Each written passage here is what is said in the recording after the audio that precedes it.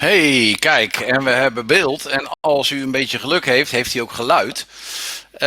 Welkom bij Racesport Live. We hebben vandaag een gast uit Amerika. De techniek staat voor niks. En de techniek wordt geregeld door de man hieronder, Evert Slager.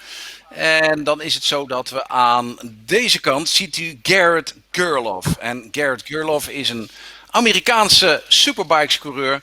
En het is niet heel erg raar als u Garrett nog niet kent, want dit is zijn eerste jaar in World Superbikes. Garrett, welcome to our show in Holland.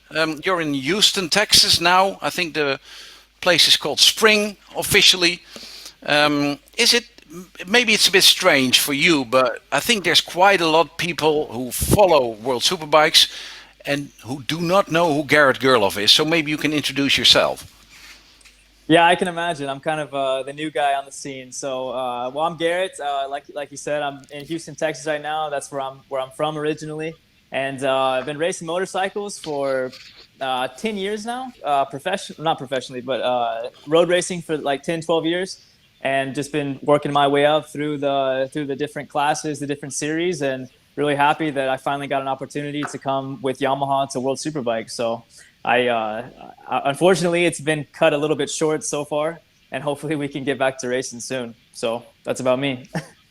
That's about you. Okay. Maybe tell a bit about your background. I did see something about your parents, and you have a brother, I think. Maybe you have a girlfriend, whatever. Maybe you can tell something about your personal status at the moment. Yeah, okay, definitely. I have a brother. He's 22, I believe. 23, maybe. I think he's 23. He lives with me. You're 24, right? I'm 24 right now. Yeah. Birthday's coming up though. 25. I'm gonna be an old man. Wow. But thanks, mate.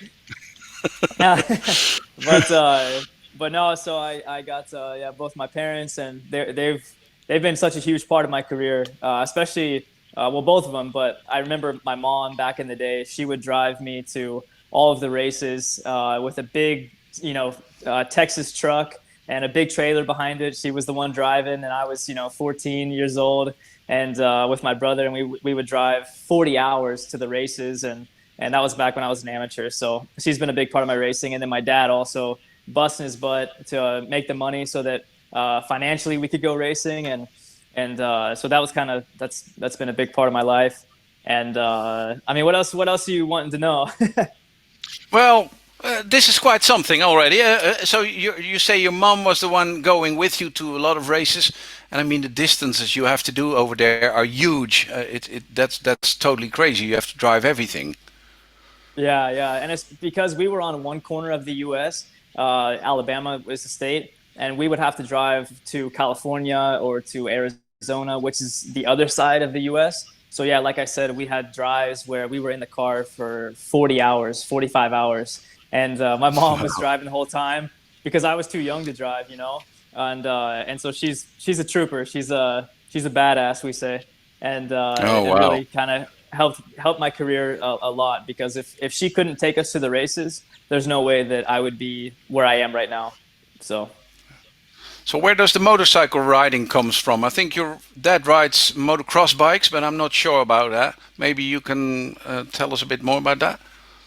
Yeah, so the riding really started with my dad. I remember being 4 years old and watching my dad at motocross races. And actually back in the 80s or the late 80s or early 90s, my dad actually he tried to do a supercross race here in Houston. I think he made the night show, but he didn't make it to the main event. But so he's a big motocross guy. He's been riding for a long time, and he taught me pretty much everything that I know as far as motocross. And also as we got into road racing, he tried to teach me as much as he could. And so yeah, that's kind of how it all started. I would just see my dad riding, being a little 3-year-old, 4-year-old, and I kept begging him, like, please give me a motorcycle. Like, that's all I want to do too. And so he finally got me a bike when I was 4, a Yamaha PW50, one of the little bikes. Of course. And of course. Yeah, that's a pretty big bike. A lot of us racers, we seem to start on those things. So everyone started on a PW50, I think. Yeah, exactly. So, but just I started there, and I never took it serious. Like not really. I would just go to the track on the weekends with my dad just for fun, just to enjoy. But then once I turned 12 years old, that's when I started to be a lot more serious with the racing, and that's when also at the same time when I started to road race. So, but I've always known that no matter what, I want to have a motorcycle in my life, and if I can make that my career, then even better. And can you name some of the bikes between the PW50 and the first road race bike when you're 12? I mean, there's quite a lot between that, like 50, 60, two-stroke KTM's. I don't know what you ride when you're. I do know what you ride. Most of the times it's that. Yeah, yeah. So a PW50, and then they had these little like faster 50cc bikes. They were called Cobras. I don't know if they're still around, but I had one of those, and then I went to like a little Honda trail bike that wasn't very special. Then I got like a 85. And again, like I was just riding for fun. Like I didn't really take it too seriously, so I wouldn't ride it very hard. And then I finally got Yamaha 250, and that's when I started to really get more and more interested in racing and the competitive part of it. And so I kind of there were some gaps in between switching bikes, but once I got on the 250s, that's when things really clicked for me. That's when I started to really want to go racing instead of just riding. Four-stroke or two-stroke? Four stroke. Yeah, yeah, four stroke. Four-stroke. I mean, I've had so many bikes. If I named a list, like we'd be here forever. So, but I just love motorcycles, man.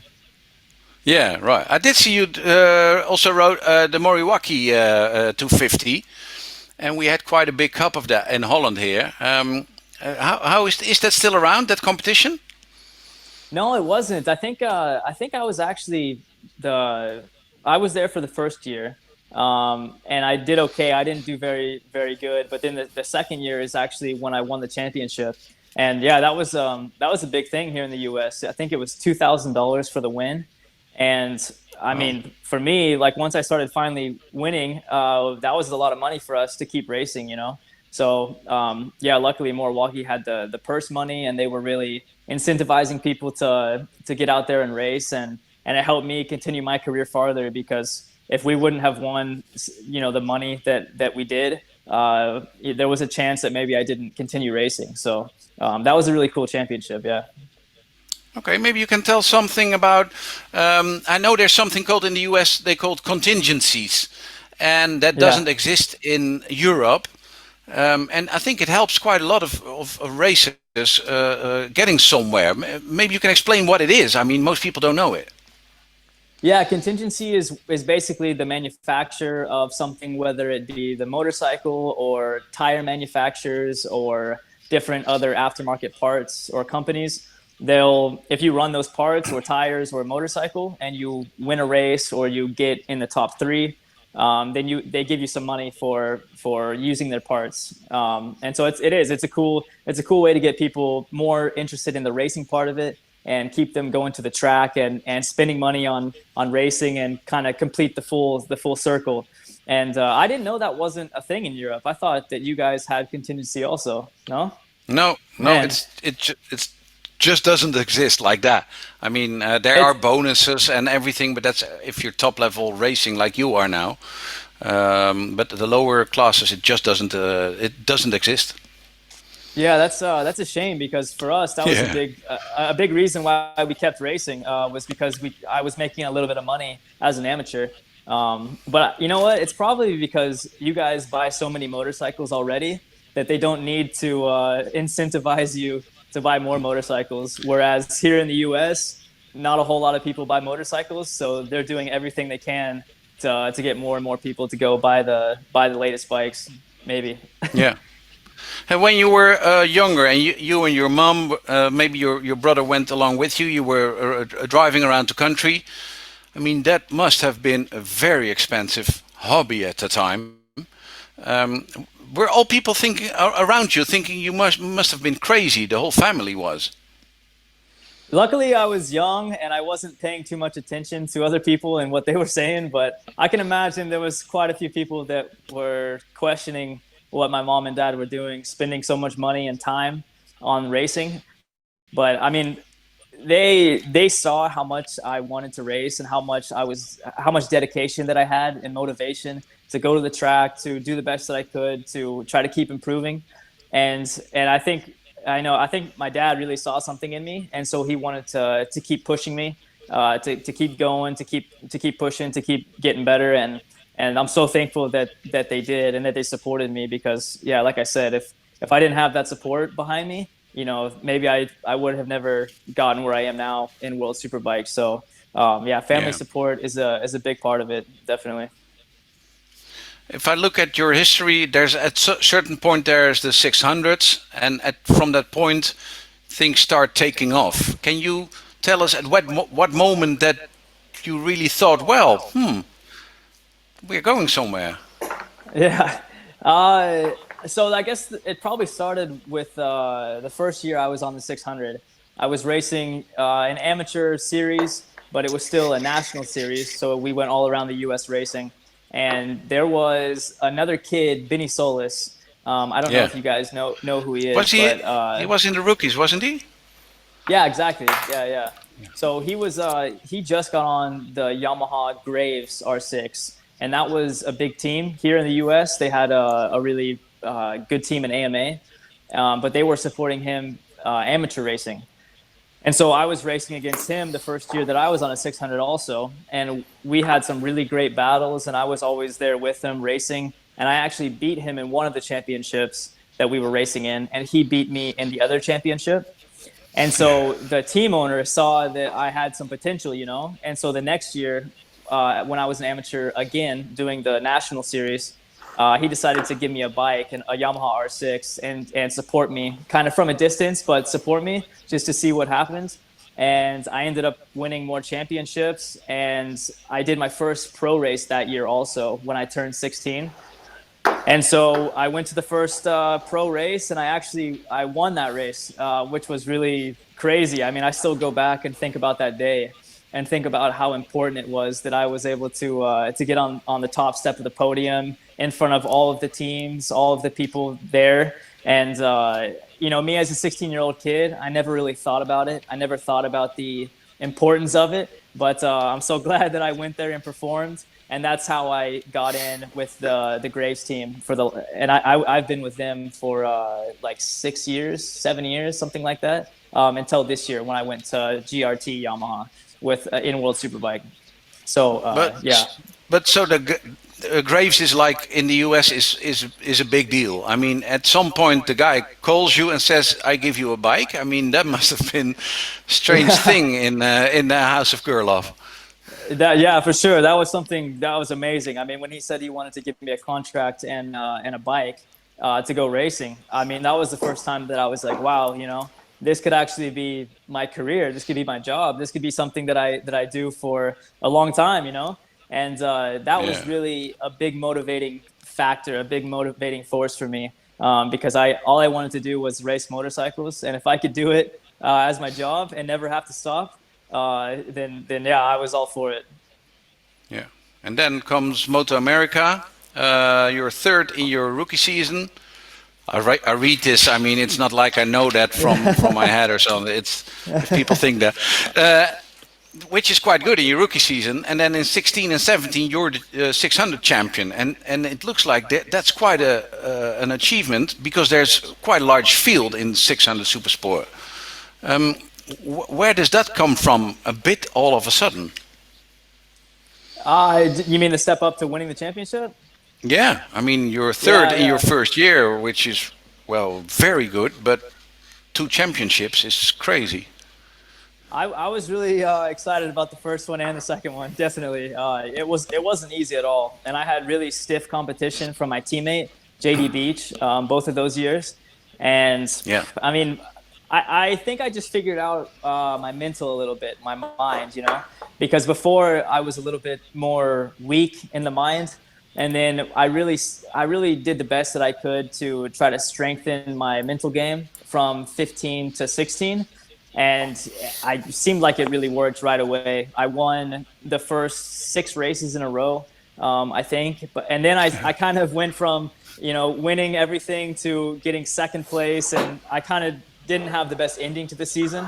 but I still was able to win the championship, luckily. And then the second year, it was almost the opposite. I started still pretty well, getting just a lot of second places, but then at the end of the year, that's when I started winning everything. So, but I think just a lot of people don't realize how important the mental game of racing is, or really anything that we do in life. And so once I figured out that that was more important and that I should be training my mind just as much as I'm training my body, that's when things really started to change for me a lot. And that was one of the big steps I made. How do you train your mind? It's difficult. I mean, I try to do anything that I can to give myself more confidence. So if that's going and learning a new skill, for example, whatever it might be, it's something that kind of gives me confidence in my ability to learn something new. And that's what we're always, doing on the bike, is trying to learn something new, or something that gives us an advantage. I like to read books, and I've read a lot of books that are based on how to think about things in a positive way, and how to look at every situation and reframe it into a more positive light, so that you don't get discouraged. And I mean, there's some meditation that comes with it. Like I do like 5 minutes in the morning of kind of like a type of meditation where I'm just thinking about my day, where I want to go, what my plan is for the day, what do I want to accomplish.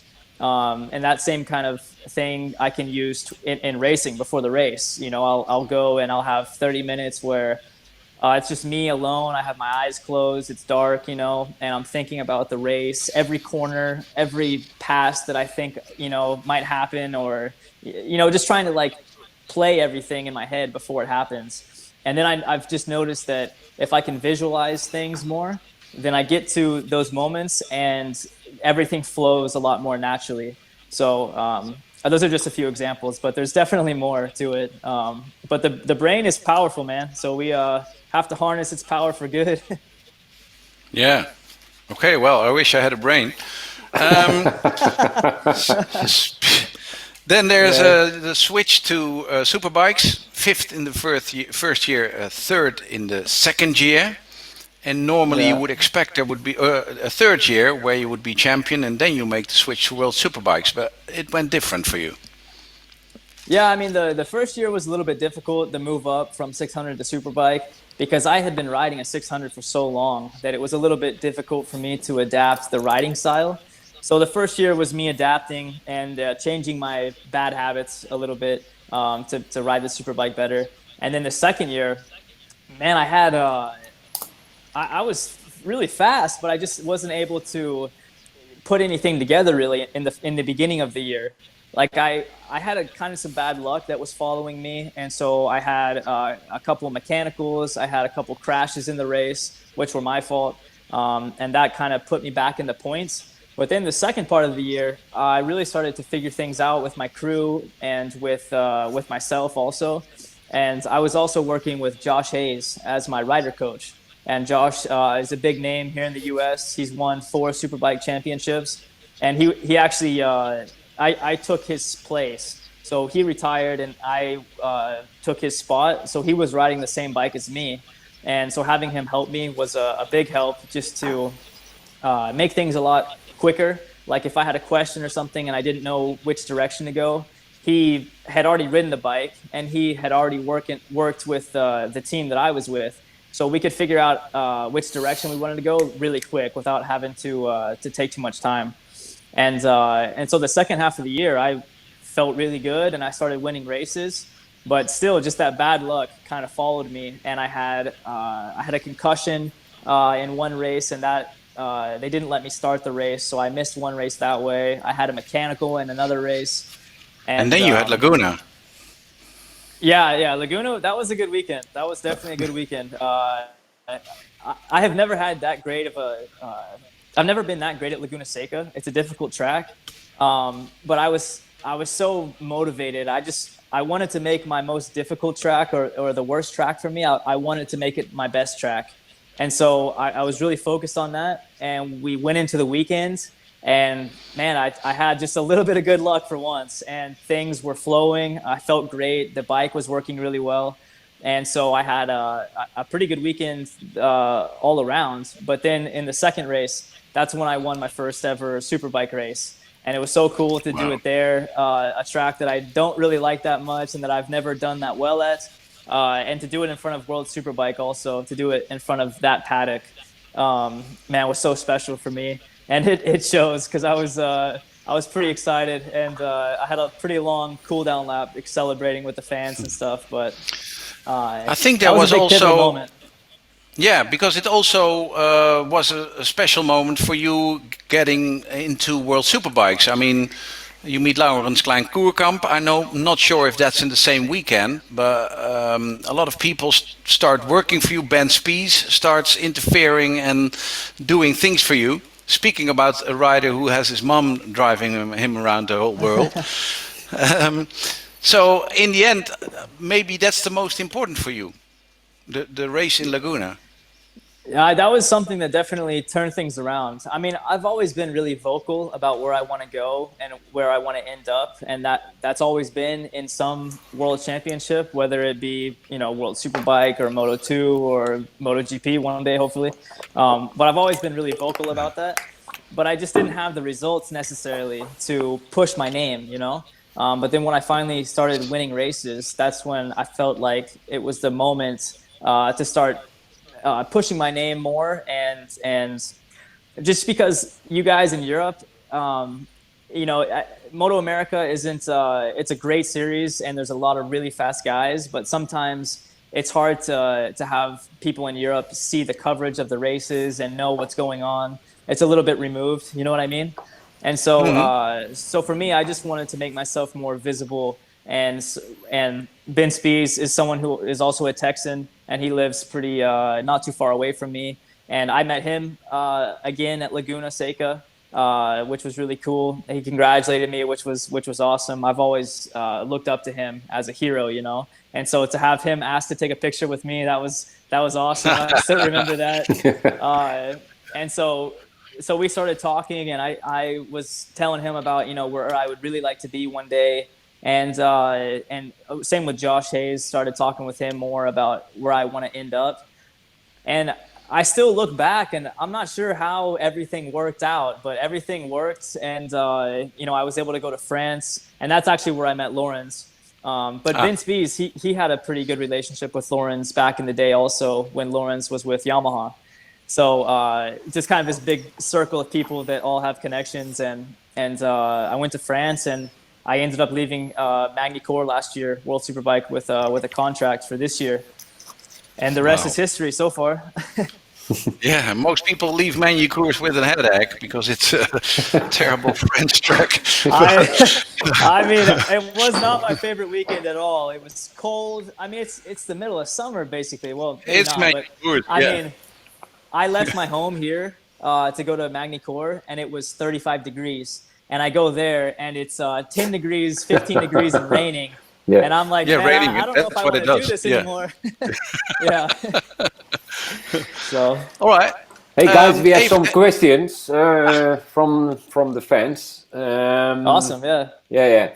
The first question is, do you like the Assen, the track in Assen? But I think you've never been there, so I know. I'm so disappointed because I was really looking forward to going there. I mean, I remember watching races at Assen, the last 10 years, and it just being an amazing track and really good racing, and it's so fast and flowing. Man, I was really looking forward to going there.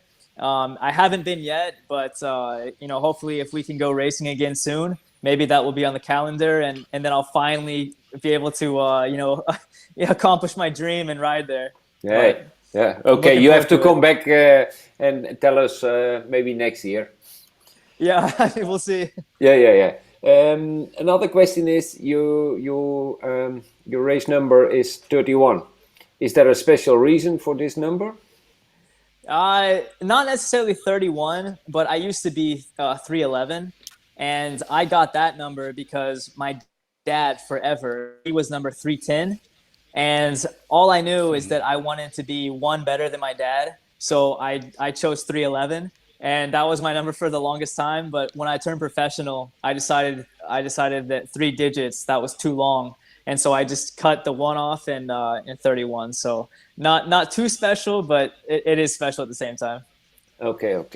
The next question is, do you have a hero? And if yes, why is he your hero? Yeah, honestly, my dad's my hero, man.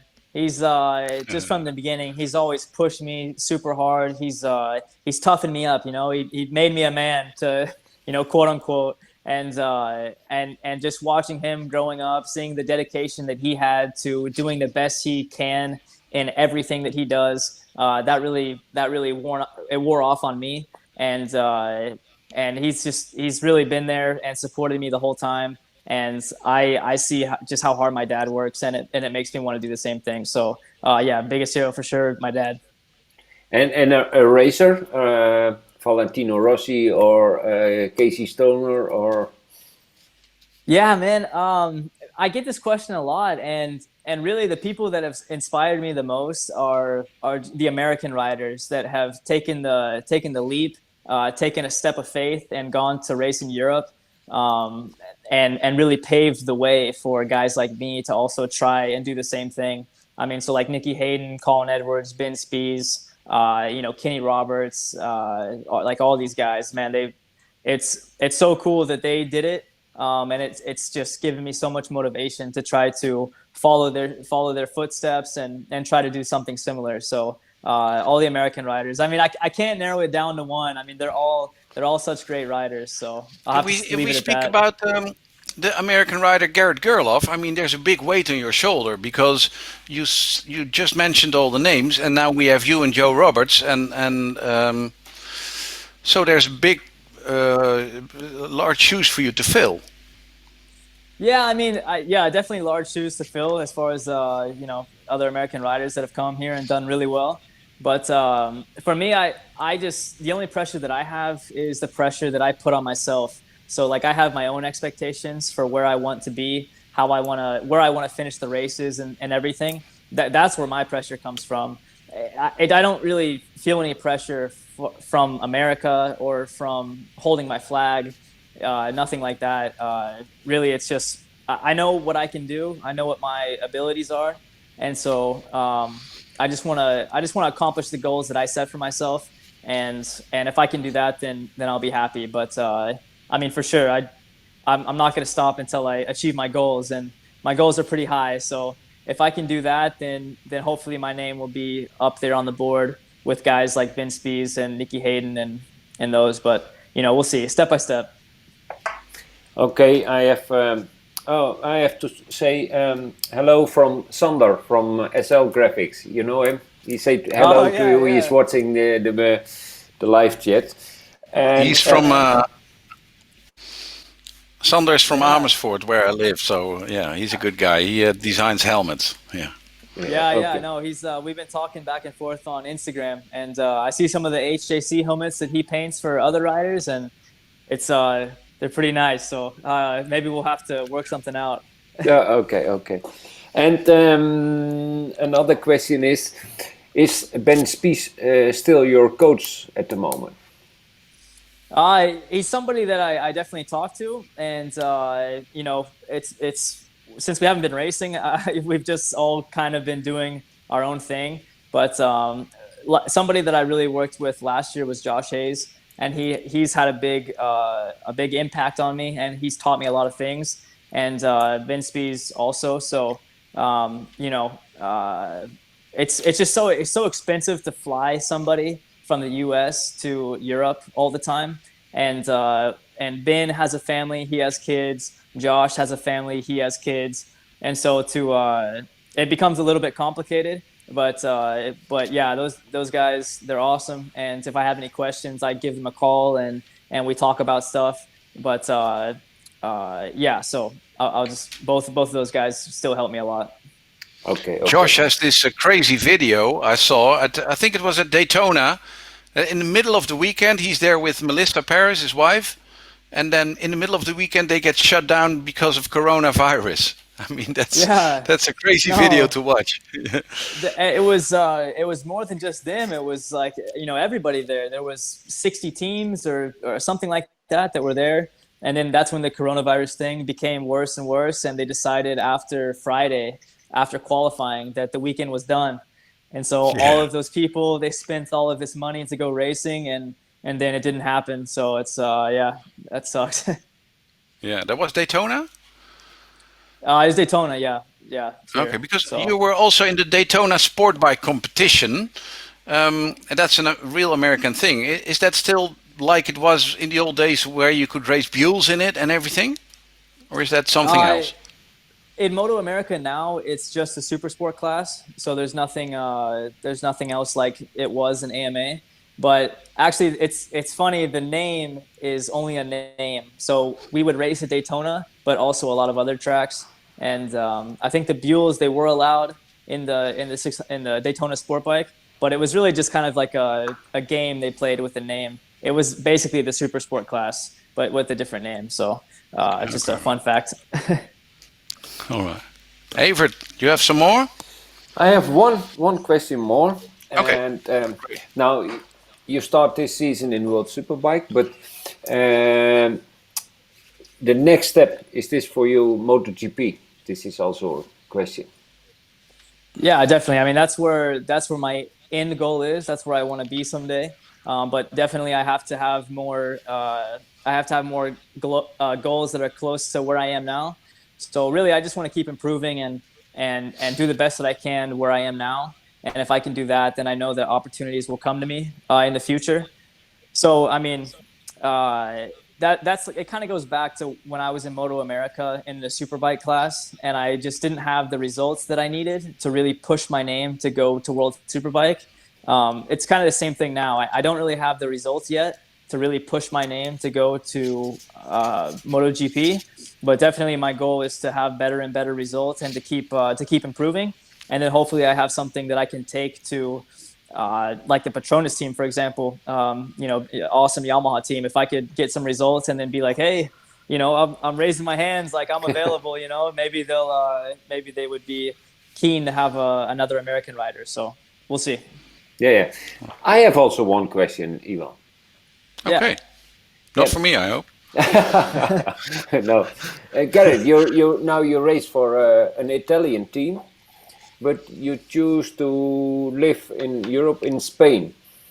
Can you tell me why you live in Spain and you ride for an Italian team?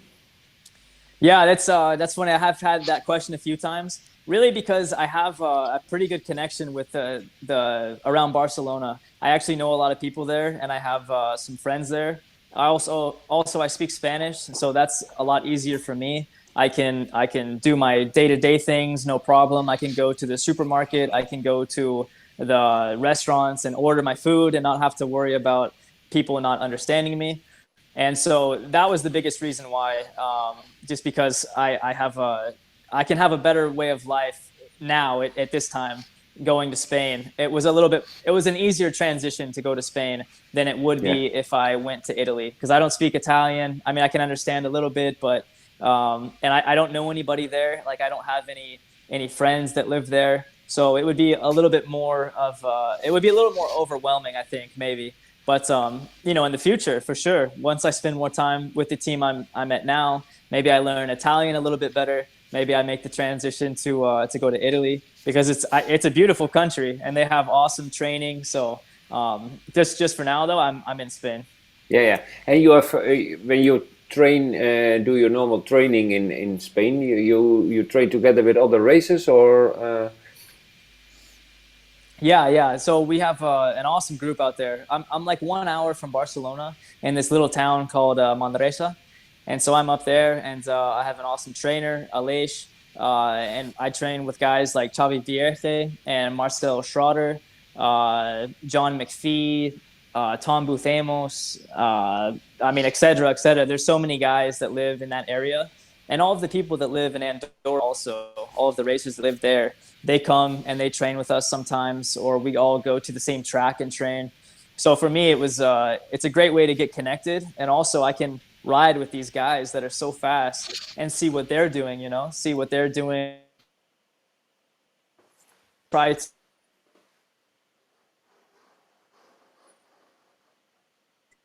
that's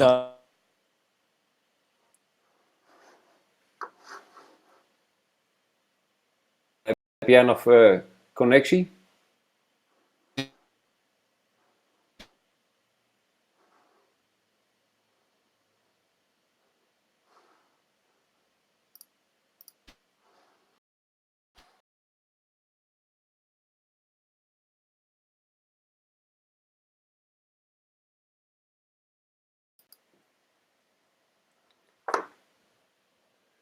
Volgens mij loopt onze verbinding vast. Ik weet niet of jullie mij nog kunnen verstaan, Iwan en Garrett.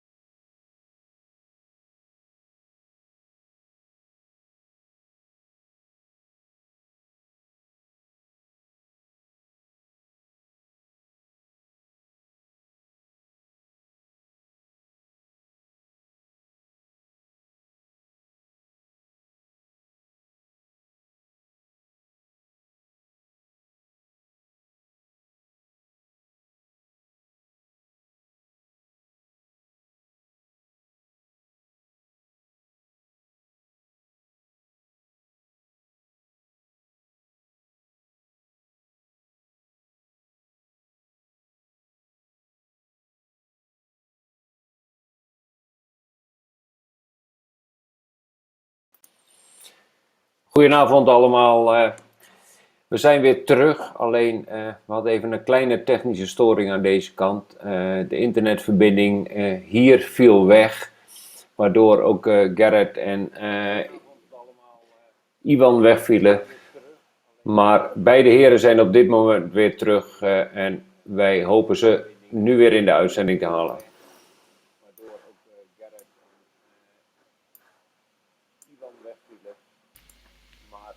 Haha, look who's back again. All right, we're back. Like nothing even happened. Yeah. No, this was the not so commercial break. Yeah, sorry about that. I hope it wasn't me. No, that was on this side. The internet connection was going down for 30 seconds or something like that. So, Okay. but we are back online. Staphorst is a very small but important town in Holland. You'll probably learn about it when you come to Assen, and then we'll explain this all to you. Right, perfect. Maybe this is, in the time we have left, maybe it's good to go to where you are now, which is the GRT junior team. It always makes me giggle a bit that you're in a junior team. I mean, you're 24. I mean, I don't know what to say. I guess compared to the other guys, I'm more junior than they were. But I feel old. Like I said, I'll be 25 in a couple months. So I'm too old, man. Yeah, right. Oh, speaking about all the other guys, I know you all did a fitness test in the UK. And I mean, you are all racer guys, so I'm pretty sure you were really comparing yourselves. Van der Mark was there, Razgat Lioglu, Loris Baz, and your teammate and yourself. How did you do? I think I did pretty well. I wasn't able to compare my results to everybody else that did it, like Van der Mark or Toprak. But at least myself compared to my teammate, we were both pretty decent. I think Federico, he had the best results in some categories, and I had the best results in other ones. So that was kind of nice to know, just that we're both physically fit and at the top of the fitness scale. So that was something really nice. But I mean, fitness I think is kind of overrated a little bit. For me, the biggest results or the best results that I've had have been more when I focused on making sure my head was in the right place, more than fitness. But that's just my 2 cents. So. Okay. Well, if we go to results, I'm really sorry, but then we have to go back to Phillip Island, which was a difficult one. I mean, the first one you started off really well, and then you faded really quick. Was that a rookie mistake tire-wise, or what happened? Yeah. Unfortunately, it was a tire thing. Like I said, I'm still learning and getting used to everything. It's not that I didn't know the tires were going to fade and have problems toward the end of the race. It was just that I didn't expect the tires to drop off as much as they did, but they dropped a lot off, you know. I felt like the last 5 or 6 laps I was going to crash every time I turned left off the throttle. Like I thought I was going to high side myself off the throttle. So it just didn't give me a lot of confidence. But I just, in the beginning of the race, I was pushing too hard and I was spinning too much. And I just didn't realize that I was spinning too much. It's kind of complicated, but I was comparing myself and my data that I had with Toprak and Michael the whole weekend. And on my data, it was saying that I wasn't spinning enough. It seemed like those guys were spinning the rear to get the bike to turn more. And so that was something that I started working on, was trying to turn the bike with the rear more than rely on the front. So I had spent 4 days of 2 days of testing and 1 day of practice trying to fine tune that. And then we go to the race and I'm doing the same thing that I was doing in practice, spinning. But then I have no tire at the end of the race because I was spinning too much. So then we go and look at the data from Michael and Toprak after the race, and they completely 180 degrees, they changed the way they were riding. They weren't spinning as much as they were in practice. They were more conservative. And so I just, sometimes that's what happens when you're a rookie and you start trying to look at the faster guys or the guys that are faster than you. and try to copy everything that they do, sometimes you end up doing you get faked out, you know. So that's what happened to me. It's not like you got bullied as being the new kid, that they said, "Come on, let's feed him some data and we'll see what happens." And they were probably smiling inside their helmets when you were doing 131s in your second lap. Yeah, I mean, I started off pretty strong. I was happy about that. I think by the second lap, I had moved up 9 positions, but yeah, it just was a little bit too much too early. So, but Yeah. live and learn. Yeah, right. Okay, all right. But you do get to see their data pretty easy then. Yeah, I know. That's the awesome thing about the GRT junior team, is that it's basically, we're the junior factory team. So we have a really close, tight connection with Yamaha, with the factory guys, the PATA guys. And so we are able to see all of their data. And that's been a really big help in testing and things, because I can see where I'm braking, where they brake, the different gears we're using, et cetera, et cetera. There's so many different things that we can look at and compare. And so that's been really good to try to figure out what I need to work on, what I need to improve. But at the same time, sometimes the data is hard to read correctly. And what I mean by that is, sometimes it's just a bunch of lines and they all mean something, but if you don't line them up in just the right way, sometimes it can be difficult to really directly compare yourself. So one of the things that we've been trying to do more is use video. So I have Nicolo Canepa, who's world endurance rider, a really fast guy in general. He's been helping a lot with video and taking video of myself and myself against other riders, so I can really see the difference in lines that we're taking, and I can try to see where they brake compared to me. And for me, I'm more visual, so if I can see what's happening, then I can make better changes than if I'm just trying to interpret the data. You also have Les Pearson, who's used to be Michael Vandermark's crew chief. I mean, I bet he's quite a big help to you in getting acquainted with this bike.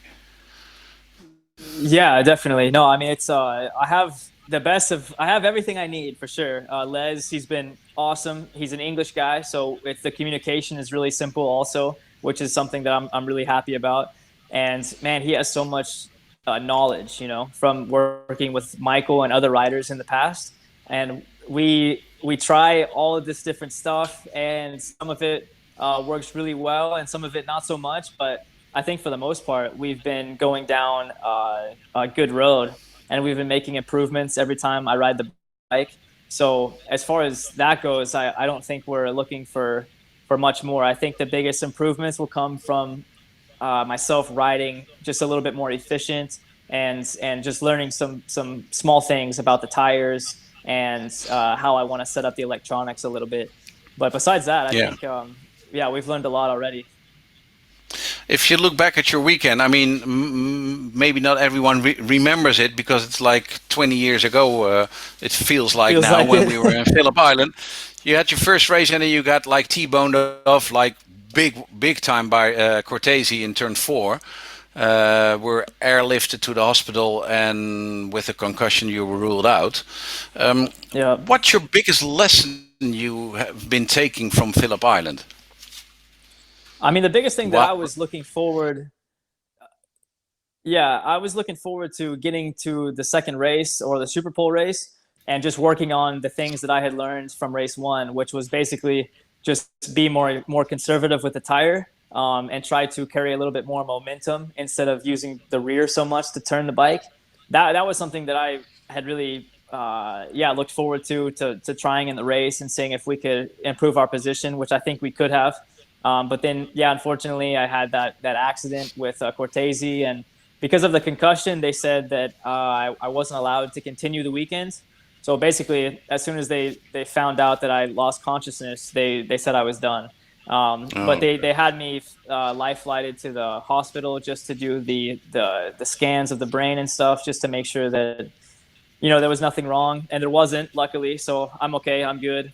But yeah, it was just super disappointing because every time that I'm not on the track with these guys is time that I'm losing, and so I just want to take advantage of every second that I have to ride with the best guys in the world and try to keep improving myself. And when that doesn't happen, I get frustrated.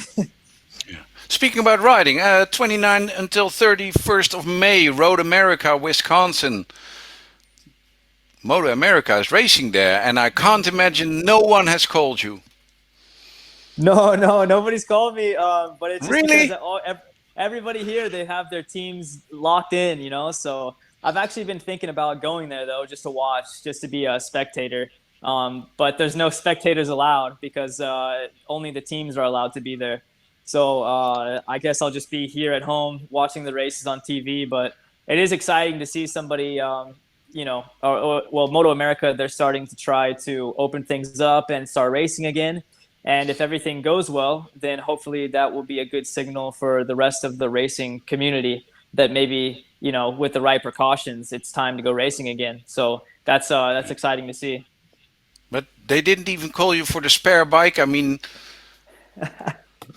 it'd be cool, but no, man, I'm with the GRT team, and my focus is not Moto. My focus is World Superbike. So that's what that's what I'm focused on, and that's it, man. That's it.